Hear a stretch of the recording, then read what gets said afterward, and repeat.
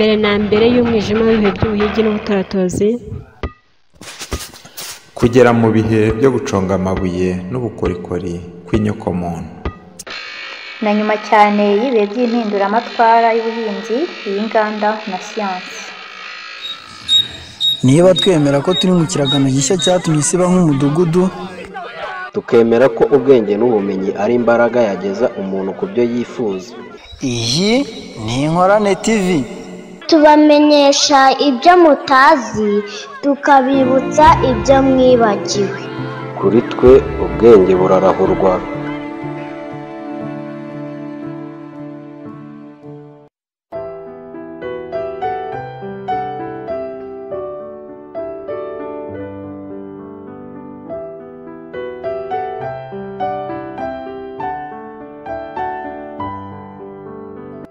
Twongeye kubaha ikaze mu biganiro byacu. Iki kiganiro cyitwa Inzira y'Urupfu mu Bantu, kibagezaho byinshi bivugwa kandi bikemerwa na benshi ku ngingo ihangayikisha benshi muri twe, hariyo y'urupfu. Tumaze igihe turebera hamwe imwe mu mihango n'imigenzo n'imiziririzo bikorwa n'umuryango wapfushije umuntu hagamijwe gusigasira umubano we n'abasigaye, ndetse mu kiganiro giheruka twabonye ko hari n'abakora ibikorwa bigamije guherekeza nyakwigendera kuko baba bakeka ko yavuye hano muri ubu buzima akajya ahandi mu bundi buzima. Mu gice cy'uyu munsi turagaruka hano mu Rwanda, turebe uko abanyarwanda ba kera bemeraga ko umuntu nyirizina adapfa, hanyuma tunarebe uko byakorwaga kugira ngo badapfa. Twebwe turi Inkorane.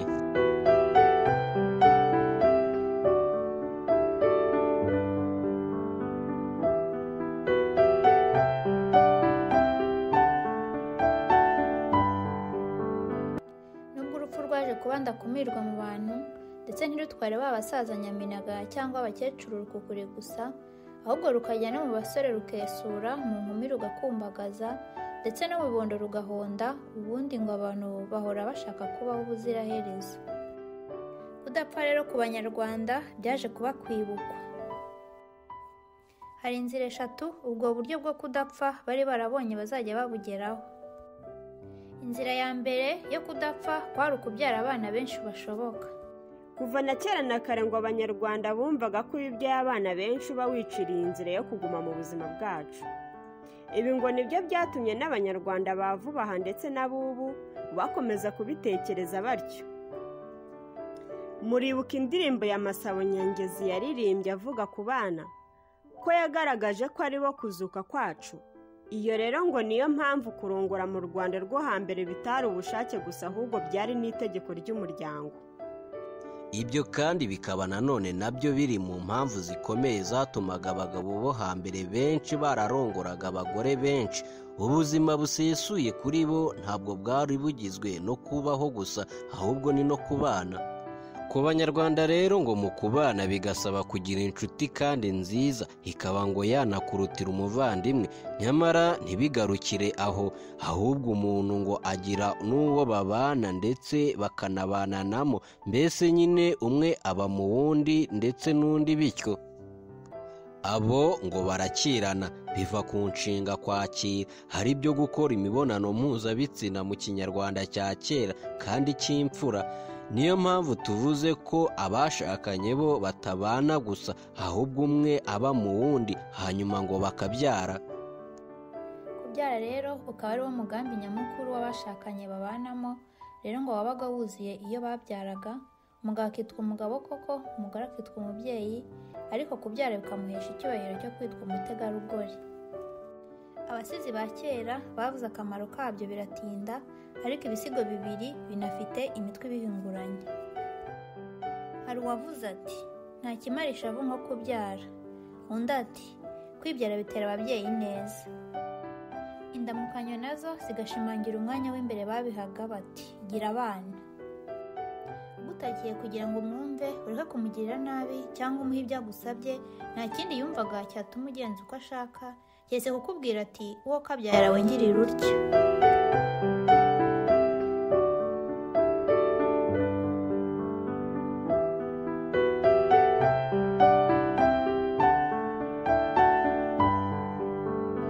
inzira ya kabiri yo kudapfa ngo kwari ukugira ibikorwa byiza byo gufasha umuryango nyarwanda. Ku banyarwanda ngo umuntu wabaga yarafashijwe cyangwa yaragiriwe neza byabaga ari nk'inshingano ye kwirahira cyangwa kurahira iyo neza kabone n'ubwo yaba yarapfuye. Ibyo ngo byatumaga uwagize neza izina rye rikomeza kumvikana na nyuma y'urupfu rwe, kandi ku banyarwanda burya ngo izina ni ryo muntu, niko umugani wabivugaga, kandi si kuri bo gusa ahubwo ni n'imyizerere yo ku isi hose ya kera. Ku banyarwanda izina ngo ryari igice cy'ingenzi kigize umuntu, ndetse ukaba umutungo w'ingenzi cyane, kandi ngo bari bazi icyo rivuze. Iki rero ngo nicyo cyatumaga umuntu wapfuye abenshi birinda kumuvuga izina, bakavuga nyakwigendera bakagarukirizaho, kubera ko guhamagara izina ry'umuntu wapfuye bijyana umuntu mu isi y'abapfuye. Iki kandi ngo nicyo cyatumaga ababyeyi babuza abana babo kubwira amazina yabo uwo babonye wese, maze mu rwego rwo gutuma icyo kintu kibabamo bakababeshya ngo iyo umwana yivuze izina bituma adakura, byahebyeho kajya. Ngo babaga banga ko yageraho akaribwira n'umugome akarimurogeramo. Iki kandi ngo nicyo cyatumaga mu Rwanda hari abantu abandi batashoboraga kuvuga mu mazina bitewe n'isano bafitanye.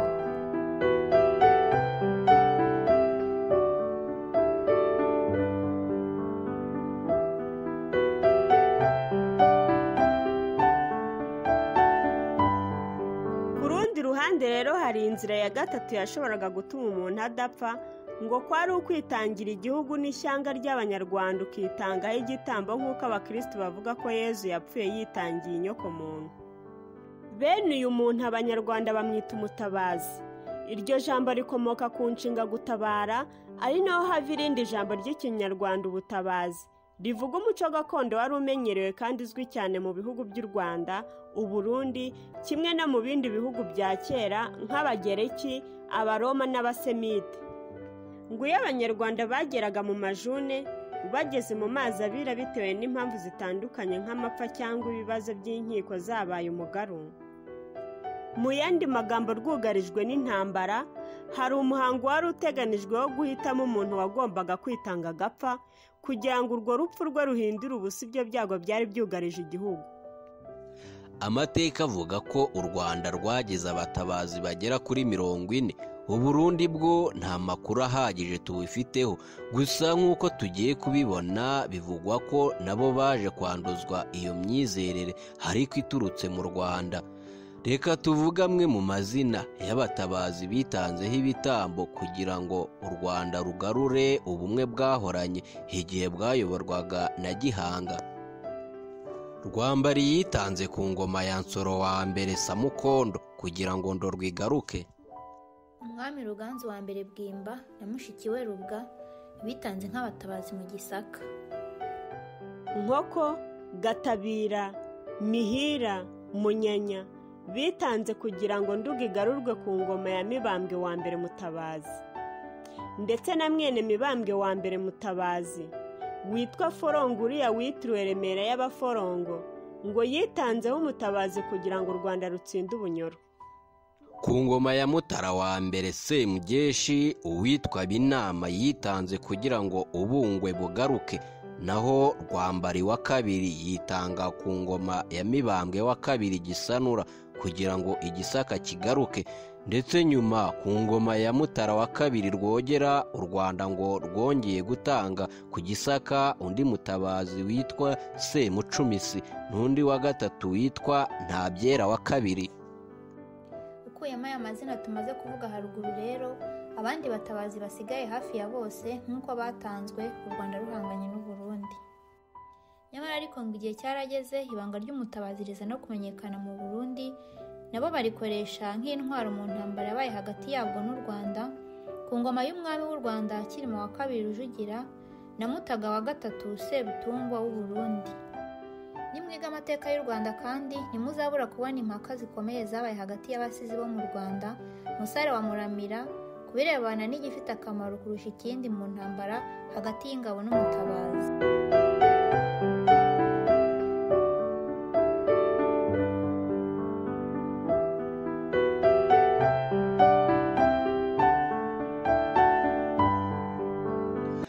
nuko rero ku ngoma ya Cyilima wa kabiri Rujugira w'u Rwanda na Mutaga Sebitungwa w'u Burundi ngo ibihugu bikikije u Rwanda byigeze kwiyemeza kurutera bikarwigabanya. Ibyo bihugu byari u Burundi, u Bugesera, Igisaka n'Indorwa. Ibyo bihugu kandi mu kwishyira hamwe byari bihujwe n'uko abami babyo bari barashakanyemo, ariko Igisaka akaba ari cyo cyari ipfundo rya byose, kubera ko nyina wa Kimenyi Getura Mahehure yari umukobwa w'umwami w'Ubugesera, kandi Kimenyi ubwe akaba yari yararongoye umukobwa wa Ntare umwami w'u Burundi Nyiragasumba, naho Ntare akaba yari yarashyingiye umukobwa we umwami w'Indorwa Gahaya. Nyamara muri ibyo bihugu byose ngo icyari giteye u Rwanda impungenge ni u Burundi kubera ingufu zabwo. Niyo mpamvu u Rwanda rwiyemeje guhangana n'ibihugu by'iburasirazuba rubitera, ariko ruzi neza ko rugomba kurwana n'u Burundi rukoresheje intwaro ya nyuma ikomeye, hariyo igikomangoma Gihana wagombaga gutangwaho umutabazi ku Burundi, gusa babiciraga inyeri ari urukonda. Kuko ubwo Gihana yateraga Burundi ashaka ko bamwica amaraso yakahamenekera, Abarundi baramumenye bamuhungira kure. Ariko kuko yakomeje kubatesha umutwe biyenzaho kugira ngo bamwice, Abarundi ngo biyemeje kumwica, ariko nabo bahita batanga umutabazi wabo witwaga Rurinda, umwami w'Abarundi, akaba yaramubereye se wabo.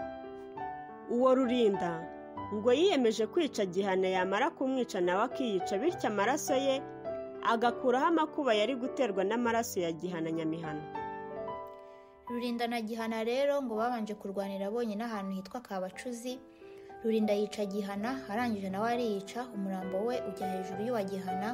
Kuva icyo gihe kugeza ubu aho hantu hitwa mu rya Gihana na Rurinda. Icyo gihe hari mu Bugesera, ariko ubu ni mu Burundi. Hashize iminsi amafatera mu Burundi, bavuga ko atejwe n'amaraso y'igikomangoma Gihana yarushije imbaraga ya Rurinda, bitewe n'uko we yamennye amaraso atishwe ahubwo yiyishe. Abarundi ngo baje kubyigaho, bakora amayeri yo kubeshya umuzimu wa Gihana, maze bamuremera ingabo bazita Abarima nk'izo yahoranye mu Rwanda, bamwubakira urugo barwita Muyange, ariho mu Rwanda bubakiraga abatabazi, bamuremera n'ishyo ry'inka Nyamubumbe nk'iryo yahoranye mu Rwanda, maze rwa rugo barushyiramo umugore, bamwitiranya n'umugore yakundaga. Abarundi rero ngo bamaze guterekera no kubeshya umuzimu wa Gihana, batyo imvura ngo yaraguye, bavuga ko bitewe n'uko umuzimu wa Gihana bamunejeje. Inkuru rero reka izagere mu Rwanda, bamenye ko umuzimu wa Gihana wagombaga gutera amakuba u Burundi yabeshywe. Noneho ibwami bararakara cyane, bashaka ukuntu bazabwira ukuri umuzimu wa Gihana, babibonera igisubizo. Umutware w'abadahemuka Rubona wa Rusimba amateka avuga ko we ubwe nawe yemeye kuba umutabazi, akajya kugwa i Burundi kugira ngo umuzimu we ajye kubonana n'uwa Gihana, amubwire ko yabeshywe n'Abarundi. Abadahemuka bateye mu Burundi, Rubona arapfa.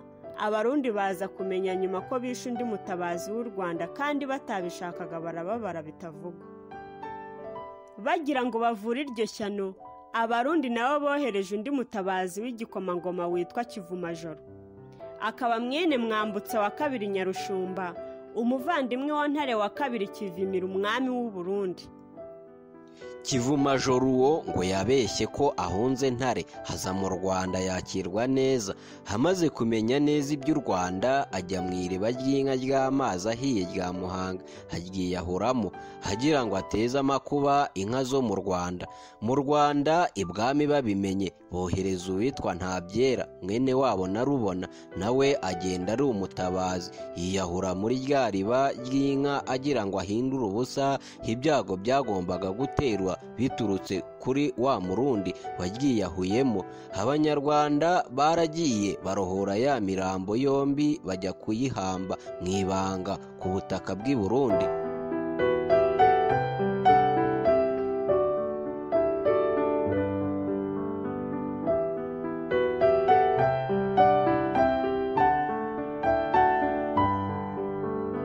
Nyuma rero amateka avuga ko inzara ikomeye yateye mu Burundi, bahita babona ko amaraso y'igikomangoma cy'u Rwanda Gihana yarushije imbaraga ay'abatabazi b'u Burundi, kuko bo batari abana b'umwami utegeka.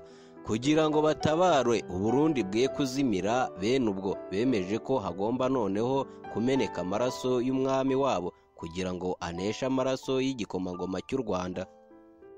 Ni muri ubwo buryo Mutaga wa gatatu Sebitungwa yemeye kuba umutabazi, harwana n'ingabo z'u Rwanda, yica n'abantu benshi, ariko ingabo z'u Rwanda ziramumenya kubera ko yari afite amatako manini, ziramwica.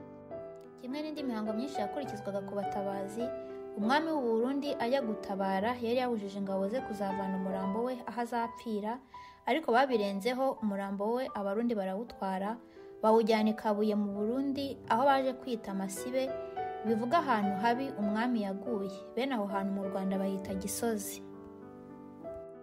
Abenshi murabizi ko iyi Gisozi ya Kigali y'ubu ubundi yitwaga Ntora, ariko bitewe n'uko umwami Kirima wa kabiri Rujugira ariho yaguye bahita Gisozi, batyo byo kuhatuka nka Masibe y'u Burundi. Aha rero birumvikana ko abarundi bakoze amakosa akomeye bavana umwami wabo aho yapfiriye bakamujyana i Burundi, byatumye ataba umutabazi nk'uko byari bikenewe. Ikindi ku bijyanye n'abo batabazi ni uko bagiraga imihango ikomeye iyo babaga batabaye. Imwe muri iyo mihango umuntu yavuga nk'imyambaro idasanzwe n'ubwoko bw'intwaro bagombaga kwitwaza. Ubundi kandi iyo bahagurukaga batabaye, cyaraziraga ko umutabazi areba inyuma iyo yabaga ahagurutse. Abazi amateka bazi ko igihe Ruganzu wa mbere Bwimba atabara mu Gisaka, nyina ari we Mugabekazi yashatse kumugarura kuko yari agiye batabyumvikanyeho, ariko Bwimba akamusubiza agira ati umusindi yarenze akarwa, nko kuvuga ko kuba yagiye usibye no kudasubira inyuma no kureba inyuma ko atabikora. Bakavuga kandi ko ariho iyo mvugo yakomotse. Aha kandi niho dusubikiye icy'uyu munsi, naho ubutaha.